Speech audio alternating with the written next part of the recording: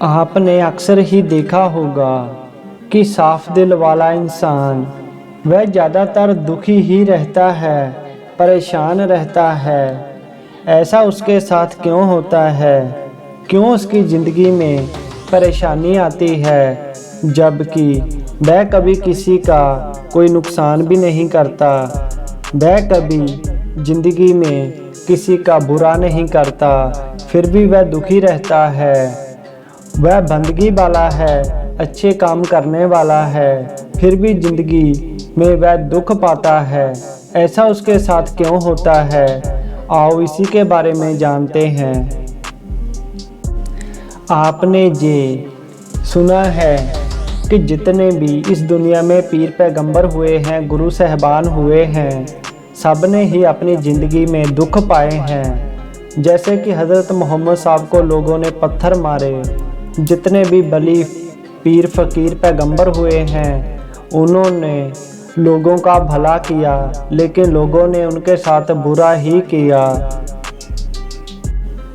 जय अच्छा आदमी हमेशा ही दुखी रहता है, जे आज के समय की बात नहीं, जे शुरू से ही चलता आ रहा है। जितने भी पीर पैगंबर औलिया वली हुए हैं, उन्होंने लोगों की इन बुरी बातों को सहार लिया, बुरी बातों को सहन किया, इसीलिए आज उनका नाम पूरी दुनिया में लिया जा रहा है।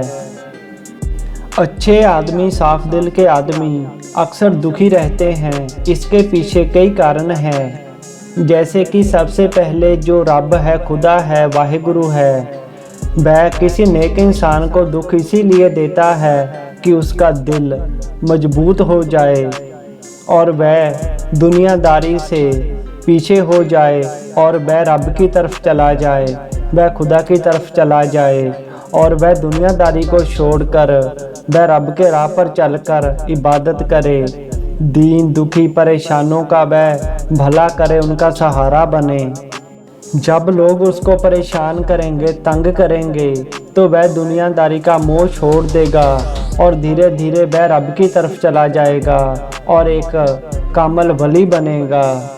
जब किसी साफ दिल वाले इंसान को ज़िंदगी में तंगी परेशानी आती है और वह सबसे ज़्यादा फिर अपने खुदा की ओर भागता है, अपने रब को ज़्यादा से ज़्यादा याद करता है और रब भी यही चाहता है कि मेरा बंदा मुझे याद करे, मेरे आगे सजदा करे, उसको जो चाहिए वह मुझसे मांगे।